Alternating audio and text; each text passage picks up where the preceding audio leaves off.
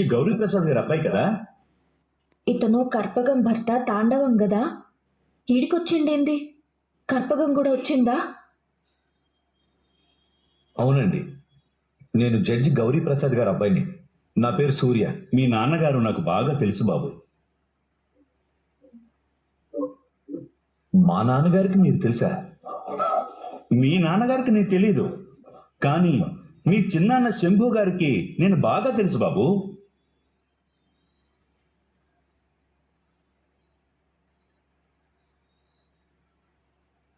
మా బాబాయ్ చనిపోయి చాలా ఏళ్ళు అవుతుందండి. మంచివాళ్ళ నా దేవుడు ఎక్కువ కాలం ఉంచాడు బాబు.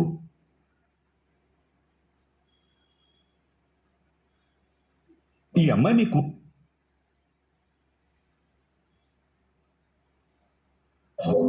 ఇతనెవరో కానీ నిజం తెలియకపోయినా కరెక్ట్ గానే చెప్పాడు. కూతురు కాదని చెప్పలేను, కానీ సొంత కూతురు కాదు, దేవుడిచ్చిన దేవుడిచ్చిన కూతురు అంటే సొంత కూతురు కంటే ఎక్కువ బాబు. కాబట్టి మీరు సొంత కూతురే.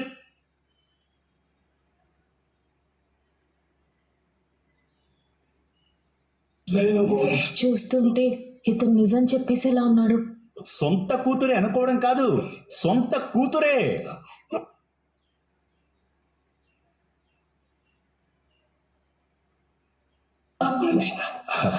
అదే బాబు, మీరు సొంత కూతురులాగే చూసుకుంటున్నారని అర్థమైంది. సూర్యబాబు, నీకు కోర్టుకి టైం అవుతుందేమో, జల్దీ బయలుదేరు. వెళతారులేమ్మా, నేను ఇంత చాలా మాట్లాడాలి.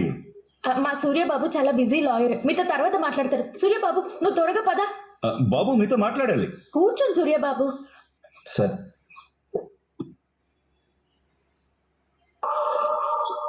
కుటి సరే ఆదిత్య, మీకు ఏ అవసరం వచ్చినా నేనున్నానని గుర్తుపెట్టుకోండి.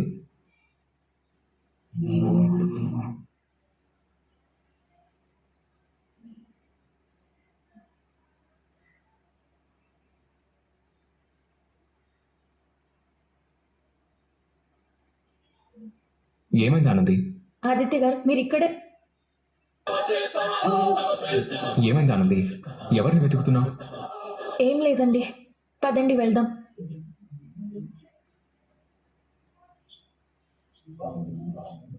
భగవంతుడా, ఇప్పటికైతే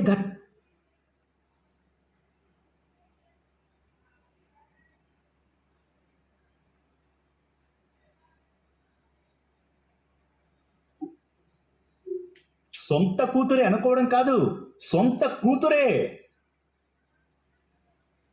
నేను నిన్ను గుర్తుపట్టిన కుట్టి, జడ్జి గారి అసలైన మనవరాలివి నువ్వే. కర్పకం దగ్గర ఉన్నప్పుడు ఫోటోలో చూశాను తాండవాన్ని. మళ్ళీ ఇన్నాళ్ల తర్వాత మళ్ళీ ఎందుకు వచ్చిండు?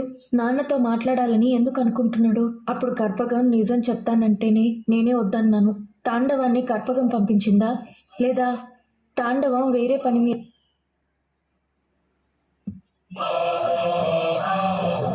ఆనంది, ఇంకా గుడిలో జరిగిన దాని గురించి ఆలోచిస్తున్నావా? లేదండి.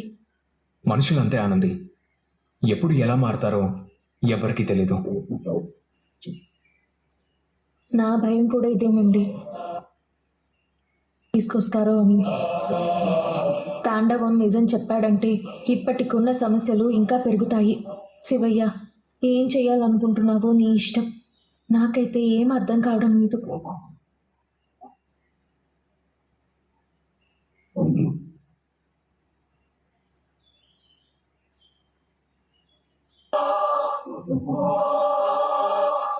ఆనంది, ఏంటండి?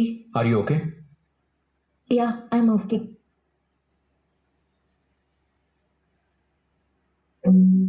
లేదు, ఇంతకు ముందు కూడా ఇదే అడిగాను. ఓకే అన్నావు కానీ మళ్ళీ ఎందుకో ఏదో ఆలోచనలో ఉన్నావు. ఏమైంది ఆనంది? ఇంకా గుళ్ళో జరిగిన అదే మూడ్లో ఉన్నావా? ఏం లేదండి, పాండి.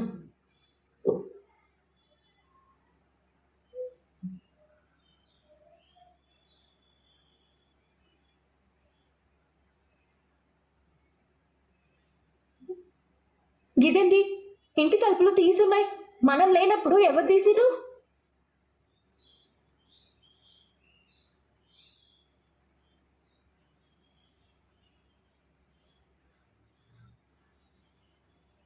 ఆదిత్య గారు, మనం లేని టైం చూసి ఇంట్లో ఎవడో దొంగ వెదవ పడినట్టున్నాడు. మీరుండని చెప్తాను.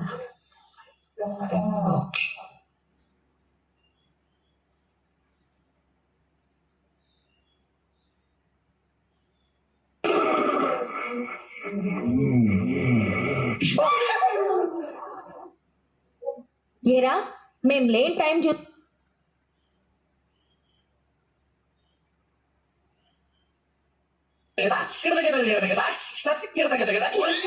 సీను, నువ్వా? అవు మరి నేనే. ఏందిది? నువ్వేంది? ఈ ముసుకేంది? ఏముంది, ఇంటికి వచ్చినాను, మంచి వాసన కొడుతుంది. ఏడు నుంచి అని వంటగదిలోకి వచ్చిన, చూస్తే గాడను వండిన కూర ఉంది. హ, నీ చేతి వంట తిని ఎన్నాళ్ళు అవుతుంది కదా, అందుకే ఓ పట్టు పడదామని పెట్టుకున్నా. అనవసరంగా నిన్ను దొంగ అనుకున్నాం కదా సీను. ఆ, నేను దొంగను కాదు బాబు, బండ సీనుని. లే గాని నీకు కొంచెమైనా బుద్ధి ఉందా? ఇంట్లో మనుషులు లేరు, తలుపులు వేసున్నాయి. వస్తే బయట వెయిట్ చేయాలి, లేదా తర్వాత అయినా రావాలి. అంతేగాని తలుపులు తీసుకొని గిట్ల ఎవరైనా లోపలికి వస్తారా? చూసి ఆదిత్య బాబు, మా అమ్మడి ఎప్పుడు గింతే.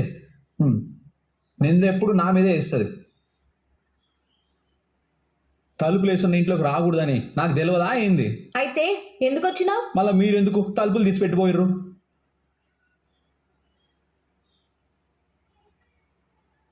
మేము తలుపులు తీసుకొని పోవడం ఏంది? ఆ, నేను గీడికి వచ్చేసి అందుకే మొత్తం తలుపులని బార్లా తీసి పెట్టున్నాయి. నువ్వు లోపల ఉన్నావేమో అనుకొని అమ్మాడి అనుకుని నీ ఇంట్లోకి వచ్చిన, చూస్తే ఇవ్వలేరు. అప్పుడే సమాజైంది మీరు తలుపులు వేసుకోకుండా ఇడిచిపెట్టిపోయిర్రు అని. అవునా? గా కంగారులో గట్ల పోయినామనుకుంటా. కంగారా? ఏమైందమ్మాడి? ఏం లేసీను, మన గుళ్ళో పూజారి తాత ఉన్నాడు కదా, ఆయనకేమైంది? ఆయనకేం కాలేదు. గుళ్ళో అమ్మవారి నగలు దొంగతనం జరిగినాయి.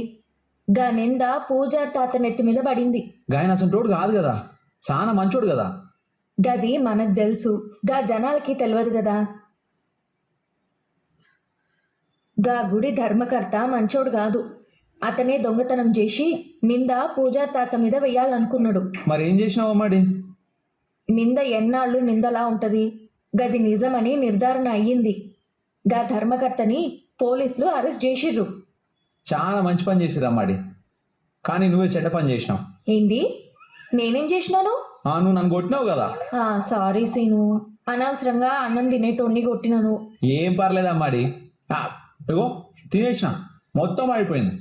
సీను, ఇంకా కావాలంటే వేసుకో. లేదమ్మాడి, కడుపు నిండిపోయింది.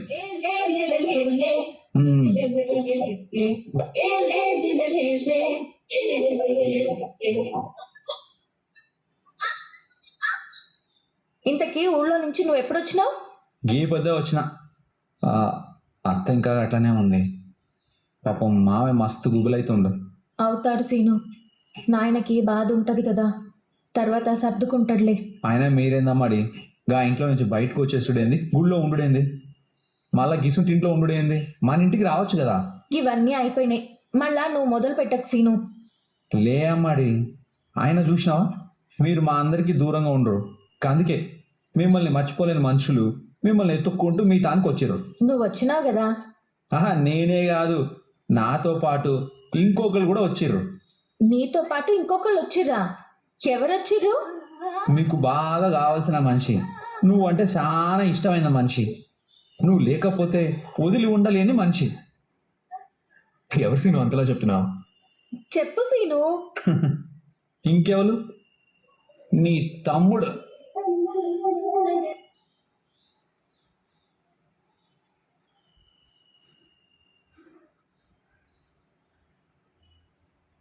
చిట్టి, ఎన్నాళ్ళైందిరా నిన్ను చూసి.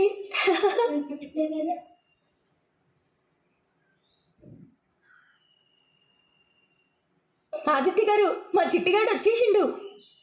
సీను, చిట్టిగాడు నీ దగ్గరికి ఎలా వచ్చాడు? చైతన్య బాబు ఇచ్చిర్రు. నువ్వు చైతన్యని కలిసావా? అయితే బాబు, మీ గురించి తెలియగానే ఆడికే పోయినాను. జరిగిన దానికి నేను బాధపడుతుంటే మీ తమ్ముడు మాత్రం చాలా ఖుషిగా ఉన్నాడు. మా అన్నయ్య వదిన కలిసిర్రు అని. అది కరెక్టే కదా, దీనికి ఎందుకు నువ్వు బాధపడుతున్నావు? మేము ఇప్పుడు కలిసి ఉన్నందుకు హ్యాపీగా ఉండు.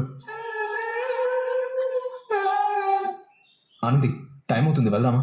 ఏడు కాదైతే బాబు. ఈ రోజు నాకు ఇంటర్వ్యూ ఉంది సీను. ఆనంది, పద, నేను డ్రాప్ చేస్తాను. సీను, నువ్వు ఇక్కడే ఉంటావా? లేదు అత్తయ్య బాబు, మావ జరిగినంత ఫోన్లో చెప్పిండు, అందుకే మిమ్మల్ని పాలు చూసిపోదామని వచ్చిన. మీరు ఎప్పుడు గిట్టనే కలిసి ఉండాలని కోరుకుంటున్నా. సరే సరే అమ్మాడి, ఏదో ఇంటర్వ్యూ ఉందన్నారు కదా, తాళం వేసుకొని బయలుదేరు. ఆదిత్య బాబు, మీరు ఇట్లా కారు నడుపుకోవడం అనేది నా మనసుకు చాలా బాధ అవుతుంది. లేదు సీను, నువ్వు మామూలుగా ఆలోచించు. నువ్వు గ్యారేజ్ పెట్టుకుని జీవితాన్ని నడిపించుకుంటున్నావు. అది నీకు చిన్నతనంగా ఉందా? లేదు కదా. నాకు కూడా ఇదంతే. మా అమ్మెవరు, మా నాన్నెవరు, వాళ్ళేం సంపాదించారు, ఇదంతా పక్కన పెడితే నేనేంటి అనేది నేను చూసుకోవాలి కదా. నేనేం సంపాదించాను, నేనేం సాధించాను అన్నది నేను ఆలోచించాలి కదా. నేను మొదలు పెట్టాను. ఇది ముగింపు కాదు, ఆరంభం మాత్రమే. ఇంకా చాలా జీవితం ఉంది. సరే బాబు, నన్ను జర రోడ్డు మీద వదిలేస్తారా? నేను మా మామతో అనుకోతాను. సరే ఆనంది, పద. ఆ,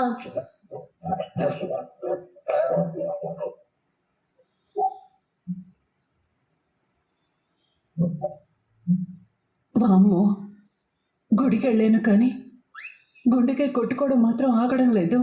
ఆ తాండవం గడికి ఎంత ధైర్యం కాకపోతే డైరెక్ట్గా సూర్యుని వచ్చి కలుస్తాడా? అంటే అడిగిన డబ్బులు ఇవ్వకపోతే నిజం చెప్పేస్తానని నాకు ఇండైరెక్ట్గా వార్నింగ్ ఇచ్చాడన్నమాట. వామ్మో, వాడు నన్నే ఫాలో అవుతున్నాడు.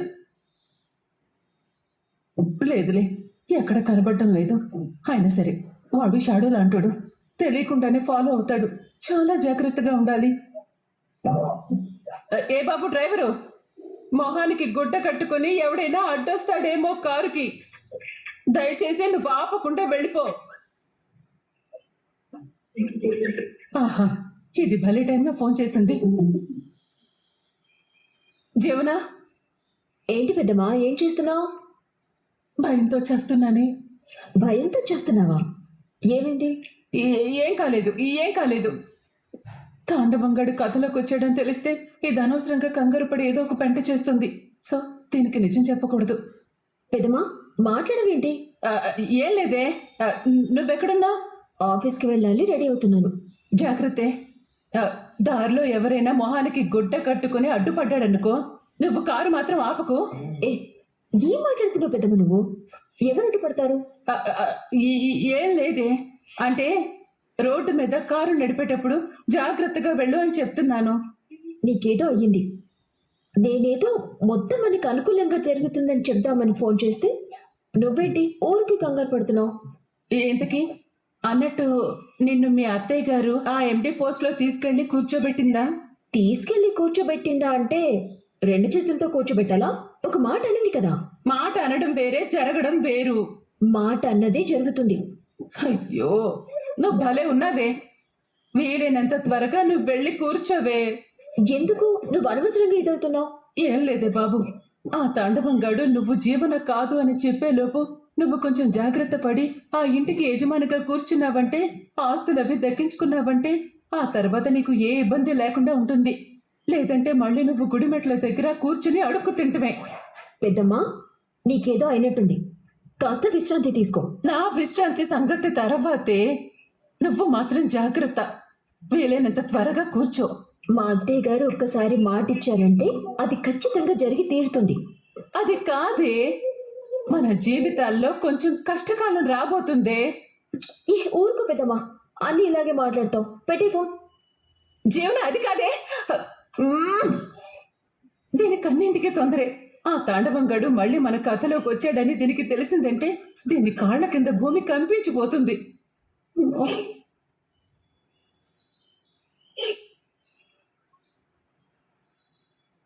అరే, ఏంటి ఇంకా వర్క్ చేసుకుంటూ కూర్చున్నా? ఒక్క 5 మినిట్స్ సునందా, అయిపోతుంది. ఏంటి 5 మినిట్స్?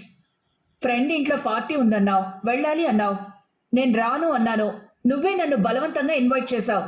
పోనీలే, నేను మామూలు రోజుల్లో ఎలాగూ బయటికి రాను. నాకున్న 1 and only ఫ్రెండ్ నువ్వే కదా అని నీ మాట కాదనకూడదని వస్తే నువ్వు నీ వర్క్ మూడ్ లో ఉంటావా?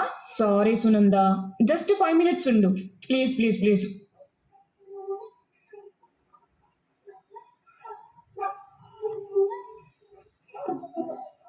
ఒకసారి లోపలికి రా. ఇదిగో నేను నా ఫ్రెండ్ బయటకు వెళ్తున్నాం. ఆ వర్క్స్ అన్ని పోస్ట్ పోన్ చేసి. మేడం, ఏంటి? ఒక పర్సన్ ఇంటర్వ్యూకి రమ్మన్నారు కదా, తను వచ్చింది. అవునా? సరే త్వరగా రమ్మను. ఏంటే నువ్వు? మీరు లోపలికి వెళ్ళండి మేడం. 2 minutesే. నువ్వు ఇలా కూర్చోవే. ఆ వచ్చే క్యాండిడేట్ని ఇంటర్వ్యూ చెయ్యి. నేను ఒక కాల్ మాట్లాడేసి వస్తా. నేనెందుకు ఇంటర్వ్యూ చేస్తాను? Please please please please please. నువ్వు ఎంతో మందిని ఇంటర్వ్యూ చేస్తుంటావు. నా కంపెనీకి ఒక మంచి ఎంప్లాయీని సెలెక్ట్ చేయవా ప్లీజ్ సునందా? ఈ అంజలి ఎప్పుడు ఇంతే, దీని పనులు అందరికీ అప్పచెప్తుంది.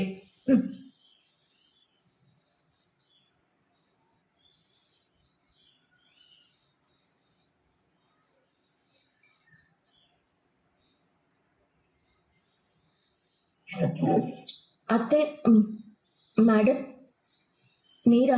ఇంటర్వ్యూకి వచ్చింది నువ్వా? మీరిక్కడ? ఏమ్మా, ఇంటర్వ్యూకి వచ్చి నువ్వేనా? అవును మేడం, నేనే. సునందా, ఇంటర్వ్యూ నువ్వు చేస్తావా? ఇది నీ ఆఫీస్, నువ్వు పిలిచిన పర్సన్ కదా, నువ్వు ఇంటర్వ్యూ చేస్తేనే బాగుంటుంది. నేను పక్కన కూర్చుంటాలే, నువ్వు ఇంటర్వ్యూ చేయి. కూర్చోమ్మా. ఏం చదువుకున్నావమ్మా? గ్రాడ్యుయేషన్ చేసినా మేడం. ఒకసారి సర్టిఫికెట్స్ ఇవ్వు.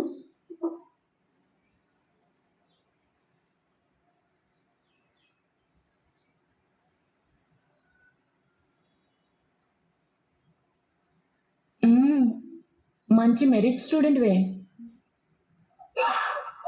ఇంతకుముందు ఏ కంపెనీలో పనిచేసావు?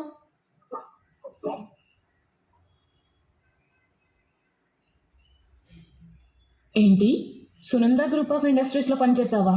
అంటే మా ఫ్రెండ్ కంపెనీలోనే. సునంద, ఈ అమ్మాయి నీకు తెలుసా? తెలుసు. మీ కంపెనీలో పనిచేసిందంట కదా? అవును. మరెందుకు తీసేసావు?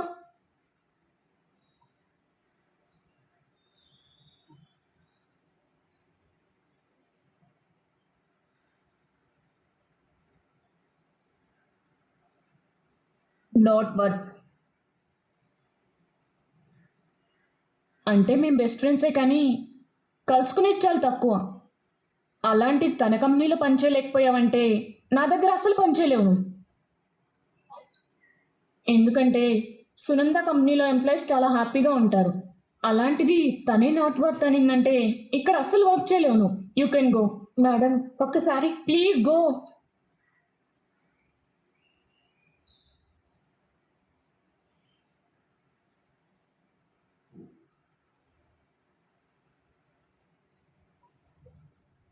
ఏంటి, జాబ్ ఇవ్వనందా? జాబ్ రానందుకు నాకే బాధ లేదు మేడం. కాకపోతే మీరు అన్నిరు కదా ఒక మాట, నాట్ వర్త్ అని. చాలా బాధగా అనిపించింది మేడం. సరే, ఒక కోడలిగా నన్ను పక్కన పెట్టండి, ఎంప్లాయీగానే మాట్లాడతా. మీ కంపెనీలో ఒక లీగల్ అడ్వైజర్గా, కేడీ గార్మెంట్స్కి వన్ ఆఫ్ ద పార్ట్నర్గా, ఒక క్రియేటర్గా మీకు నేను ఎన్ని సేవలు అందించుంటా? నేను డే అండ్ నైట్ ఎంత కష్టపడుంటా. అట్లీస్ట్ నేను చేసిన పనికి కూడా గుర్తింపు లేకుండా మీరు చాలా తేలిగ్గా నాట్ వర్త్ అనిర్రు. మేము వచ్చిన తర్వాత కంపెనీ పర్సంటేజ్ కూడా పెరిగింది. గదైనా కనీసం మీరు గుర్తించాలి. అంటే సునంద గ్రూప్ ఆఫ్ ఇండస్ట్రీస్ కేవలం ఆనంది అడుగు పెట్టడం వల్లే డెవలప్ అయిందంటావా? అట్లా అనట్లేదు మేడం. ఇప్పుడు మీ కోడలుగా నాకు ఎన్ని మార్కులు పడ్డాయి అన్నది పక్కన పెడితే, యాజ్ ఎ ఎంప్లాయ్ నాకు ఒక సెల్ఫ్ రెస్పెక్ట్ ఉంటుంది కదా. నా పని కన్నా మీరు గౌరవం ఇవ్వాలి కదా. ఆదిత్య గారు ఎంత కష్టపడిరో మీకు తెలుసు ఈ సంస్థని పైకి తీసుకురానీకి. నేను వర్క్ పరంగా మాట్లాడుతున్నా.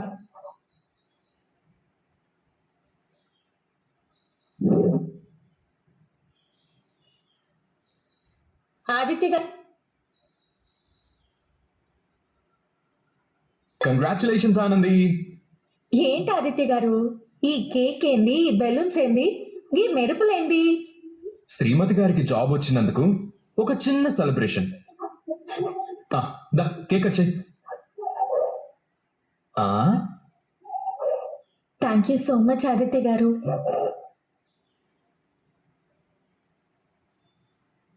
ఎవరండి?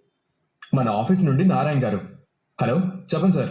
సార్, ఎండి పోస్ట్లో జీవన గారిని కూర్చోబెట్టాలని సునంద గారు అనుకుంటున్నారంట. మీరు తొందరగా